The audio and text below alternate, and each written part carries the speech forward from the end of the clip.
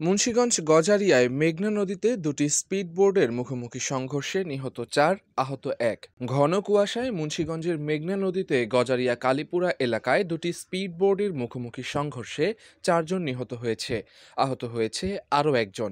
গত শুক্রবার রাত ১০টার দিকে মতলব উত্তরের কালীপুর এলাকার মেঘনা নদীতে এই দুর্ঘটনা ঘটে। নিহতরা হলেন গজারিয়া উপজেলার গোয়াগাছিয়া ইউনিয়নের জামালপুর গ্রামের মোহাম্মদ আলী ব্যাপারীর ছেলে ওয়াদুদ ব্যাপারী, মুন্সিগঞ্জ পৌরসভার রমজানবেগ গ্রামের বাচ্চু সরকারের ছেলে বাবুল সরকার, চাঁদপুরের মতলব উত্তর উপজেলার সাকিব ও একই এলাকার নাইব। গজারিয়ায় নৌ পুলিশ ফাঁড়ির পুলিশ পরিদর্শক মোহাম্মদ মাহবুব আলম জানান, অন্ধকার এবং কুয়াশার কারণে এক স্পিডবোট অন্যদিকে দেখতে না পাওয়ার কারণে দুটি স্পিডবোটে মুখোমুখি সংঘর্ষ হয়েছে। পরে স্থানীয় লোকজন ও জেলেরা সংঘর্ষের শব্দ পেয়ে ঘটনাস্থলে যায়। সংবাদ পেয়ে নৌ পুলিশও ঘটনাস্থলে গিয়ে সেখান থেকে বেশ কয়েকজনকে উদ্ধার করে গজারিয়া উপজেলা স্বাস্থ্য কমপ্লেক্সে নিয়ে যায়।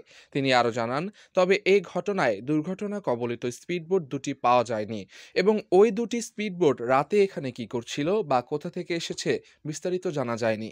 গজারিয়া স্বাস্থ্য কমপ্লেক্সের জরুরি বিভাগের চিকিৎসক সায়মা আক্তার জানান, রাত 10:30টার দিকে 4 জনকে আমাদের হাসপাতালে নিয়ে আসা হয়। এদের মধ্যে 2 জন মৃত ছিলেন।